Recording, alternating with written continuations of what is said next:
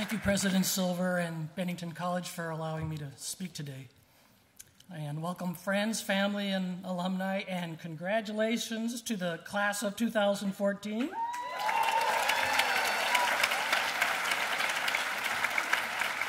So by now, most of you have been in school for about 3/4 of your life. That amounts to a lot of work, a lot of time gathering information and skills, and a long time waiting for this day. Well, I'm happy to tell you your table is ready. And the menu's about this thick. So your choice of possibilities from now on are massive, which could be enticing and terrifying. Think about how you pondered over the curriculum and then multiply that by about umpteen. But just as you have chosen a random course here and there, maybe the course that you are really glad that you took, don't be afraid of trying different paths at this beginning phase of your adult life. Lots of interesting people I know didn't know what they wanted to be at the age of 22 or 42 or 62. So even if you don't know at this point what you want to do, knowing what you don't want to do will help. And I think you already know that. If your passion isn't clear to you right now, don't worry too much, because just in love, when you're looking for it, sometimes it finds you instead. Thank God. Now, I realize that this post-college era can be unsettling. You're asking yourself questions like, will I be able to find a job? Will it be something I enjoy? Well, everyone talks about the importance of networking. Oh, if I only knew the right people, or it's not what you know, it's who you know. Well, let me tell you, it can be useful to cast a wide net when you're looking for a job, but I think it's more important to make strong and meaningful alliances than to have 8,000 friends on Facebook. I'm talking about people who have become friends because there's a mutual trust and admiration and enjoyment of each other. Many of the friends that you've made here at Bennington will be lifelong friends. Keep your sensors in good working order so that when you recognize new members of your potential tribe, you'll recognize them. A wonderful singer that I used to work with about 35 years ago in the San Francisco area contacted me out of the blue recently just to reconnect and tell me about a nonprofit organization that she had created to help orphan children in Uganda.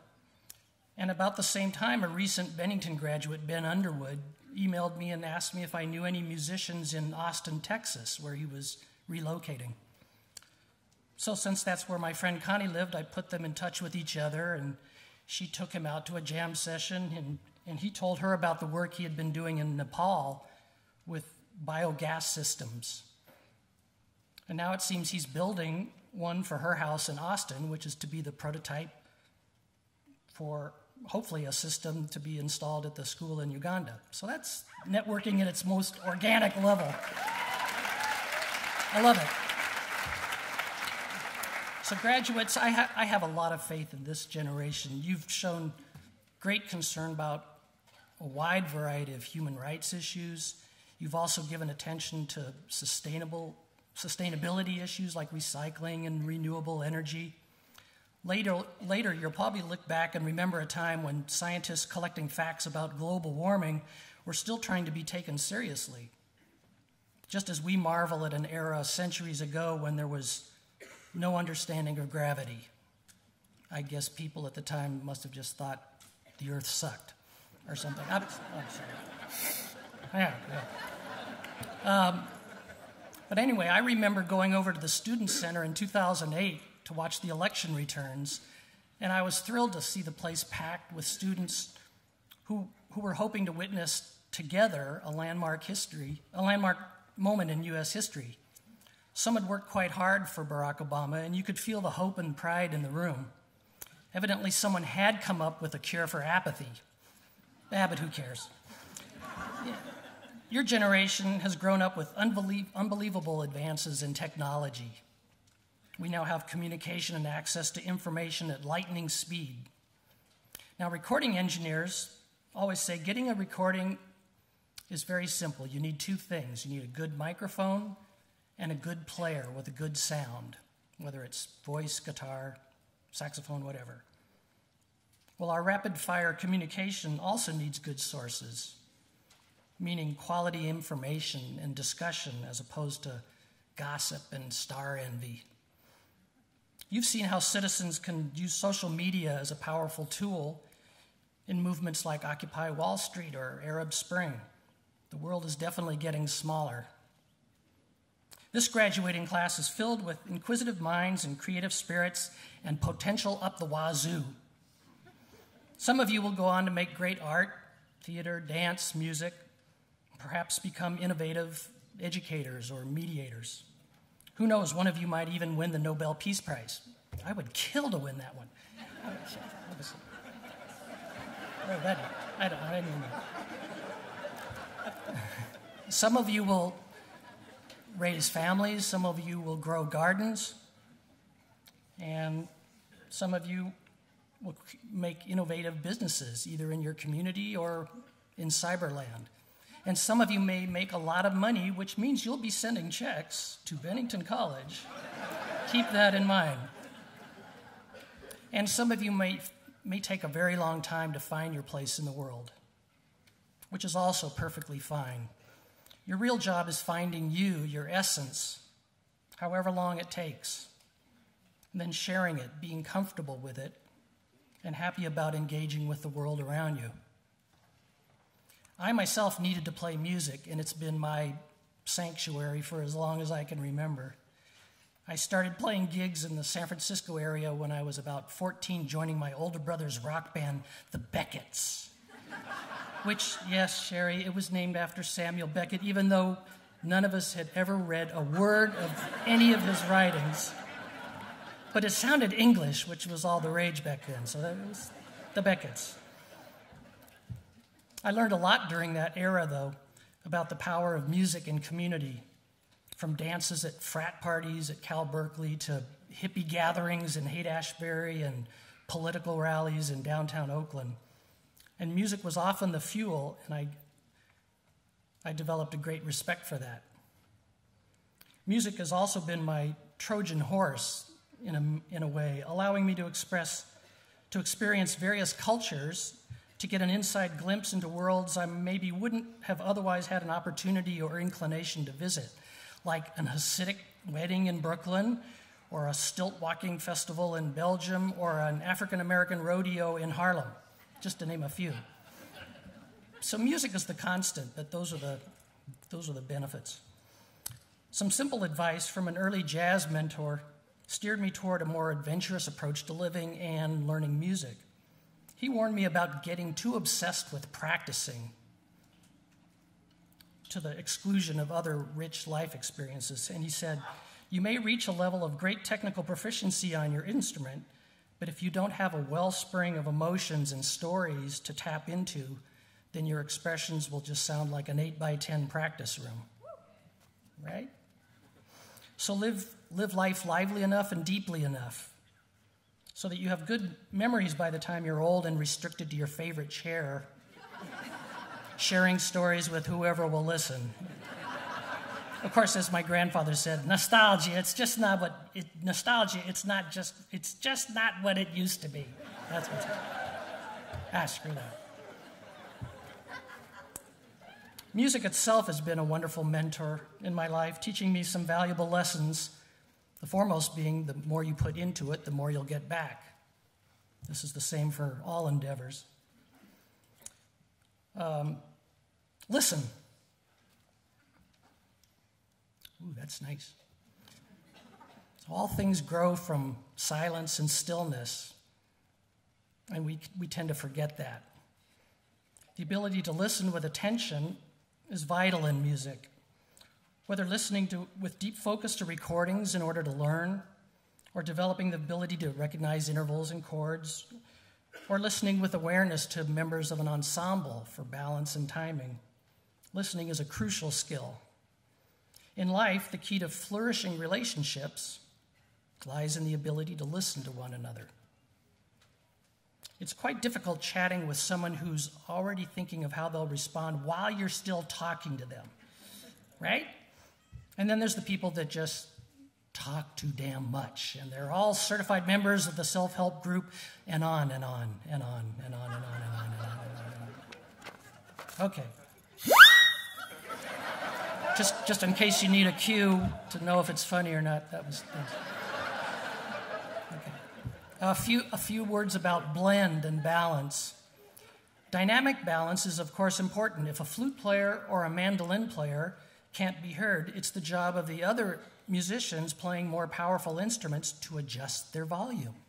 I've said this many times. In community, this can translate into being aware of others who are shy and introverted and making sure they don't feel invisible. In a good percussion ensemble, African, Cuban, Brazilian, notice how the separate parts melt away and everyone becomes the unified fabric of a rhythmic texture. A good ensemble is one that contains members who understand when and how to blend to become part of this fabric, and also when and how to step up to the plate, to be the focus, take a solo, initiate a new direction. A band is only as good as its weakest link. You have to figure out how to get everyone's skill level, everyone's ability to contribute to the music. Society has the same issue. The measure of success should be based on how everyone's doing as a whole. And if we allow huge differences in education or income, there's a fairly good chance that it will backfire down the road. It's already happening. This all boils down to sharing resources, sharing responsibilities. And it's a very important aspect of living in harmony with others. Now, giving and taking criticism is extremely important when composing or rehearsing music. A band is like a special kind of family, one that needs to have open communication and the ability to critique each member's role in serving the greater good, which is making the music sound as good as possible. Dedicated musicians learn how to not take this criticism too seriously. Too personally. That's right. They take it seriously, not personally. Wouldn't it be great if this practice could transfer to other segments of society, like family or business or politics? That would be great. Along these same lines is the element of trust. In a band, there's the expectation of support and working together for something larger and more important than gratifying individual egos. Good orchestra conductors must trust that ensemble members will interpret the music with integrity and passion. They help to keep the entire group in sync, of course, while indicating the expressiveness of various sections through their particular mode of arm waving. Some, unfortunately, get carried away in the expressive department and they forget that they're supposed to be the timekeepers. And one good example of that is the famous Israeli conductor, "You're on your own." Okay. Just in case you're not listening. In jazz, as an improvising soloist, one must trust that others have your back when you're out on a limb. In other words, the band must be united and clear about supporting music, while alertly responding to the nuances of the soloist. This is a good example of full-bodied group support, something we should be able to expect in other walks of life. Trust is crucial in all relationships, meaningful relationships, let's put it that way. A metaphor that I use when teaching improvisation is very similar to Sherry's story of sliding down the hill, which is jumping from rock to rock, following a creek bed. One doesn't plan which rock will be chosen 30 or 40 feet away. These are quick, natural, unlabored decisions about balance and direction. You trust that you'll know what to do when you get there. And if a rock is unstable, you simply change your balance or choose another rock and move on. And sometimes you get wet, and that's okay. All of us improvise every day, usually without knowing it. In improvised music, it's also better not to judge yourself while you're doing it. In life, it's better not to be overly judgmental or self-critical. To paraphrase the words of George Carlin, take a trip to the store, take a trip to the beach, take a trip to Canada, but cancel the guilt trips. Do I? No, I don't need it, right? One of the more heartfelt quotes often used by George Carlin is, "Life is not measured by the number of breaths we take, but by the moments that take our breath away." Hallmark stock just went up 2 points. That's good. I have an early childhood memory of walking alone to school in the rain. I was one puny-ass little kid. I know, hard to believe. But as I came around the corner of a bluff, the wind kicked up under my umbrella and literally lifted me off the ground for an instant. I wasn't hurt, but I was definitely scared for momentarily. And then something shifted and I felt exhilarated. I had gotten a taste of flying, or at least weightlessness. And I remembered that invigorating feeling of upward lift years later when flying a kite. And I found myself secretly hoping there might be takeoff. Right? To this day, I still try to access that pull when feeling overburdened, to use that kite as an ally. Bennington realizes that experience shapes identity.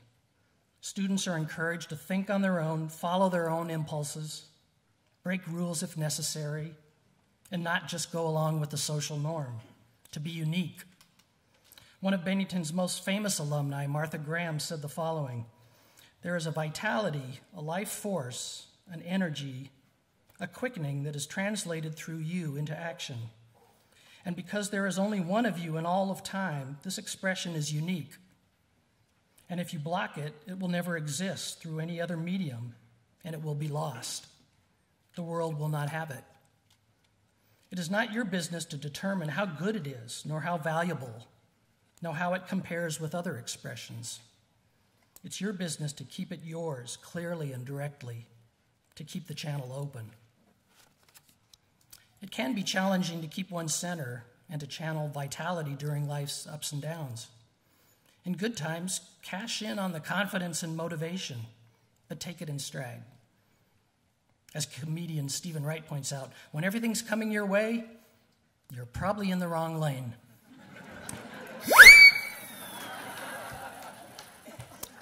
The Chinese character for crisis is composed of two elements that loosely translate to danger plus opportunity.